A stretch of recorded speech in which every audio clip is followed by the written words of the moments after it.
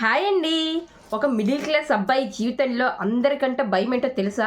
ఎగ్జామ్స్లో ఫెయిల్ అయిపోతానేమో అని భయం. 2 సార్లు ఎంట్రన్స్ ఎగ్జామ్ రాసి ఫెయిల్ అయ్యి ప్రెస్టేషన్లో రోడ్డు సైడ్ గిన్నెలు తోమి టీ అమ్మిన ఒక వ్యక్తి కదా ఈరోజు 200 కోట్ల బిజినెస్ ఎంపైర్ ఓనర్ అంటే మీరు నమ్ముతారా? ఈ కథ ఆ హీరోదేనండి. హీరో పేరు ఫ్రాఫుల్ బీలోర్.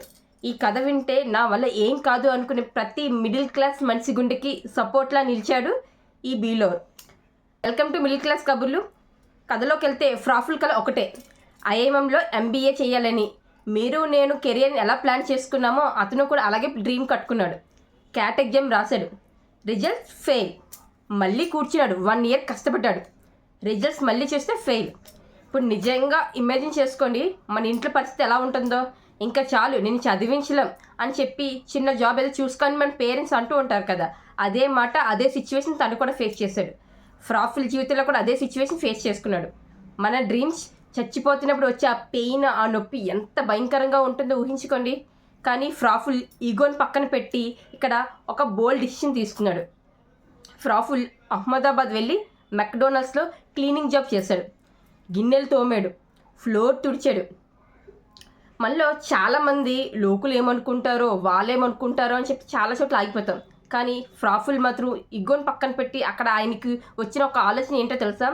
మన దగ్గర ఉన్న తక్కువ డబ్బులతో మనం ఎంత పెద్ద పని చేయగలమో అని చెప్పి ఆలోచించాడు. కేవలం 8,000 రూపాయలు అప్పు చేసి రోడ్డు పక్కన ఒక టీ స్టాల్ పెట్టాడు. ఎంబీఏ చదివిన ఒక అబ్బాయి టీ అమ్మడం ఏంటి అని నవ్విన వాళ్ళు ఉన్నారు.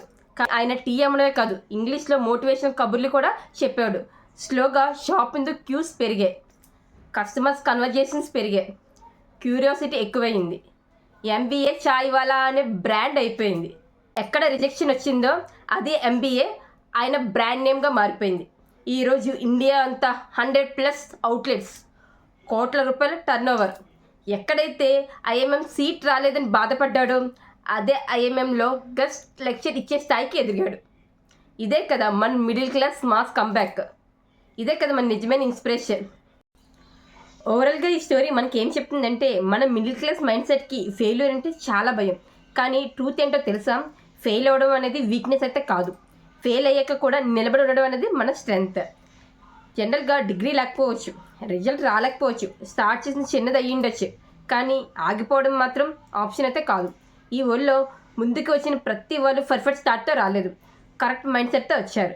సో ఈరోజు ఒక ప్రామిస్ చేయండి, నా వల్ల కాదు అన్న థాట్కి వచ్చిన ప్రతిసారి ఒక స్టెప్ ముందుకు వేయండి. ఎందుకంటే మీ లైఫ్లో ఇవాళ ఉన్న స్ట్రగుల్ రేపు ఉండకపోవచ్చు, రేపు అదే మీకు ఇన్స్పిరేషన్ అవ్వచ్చు.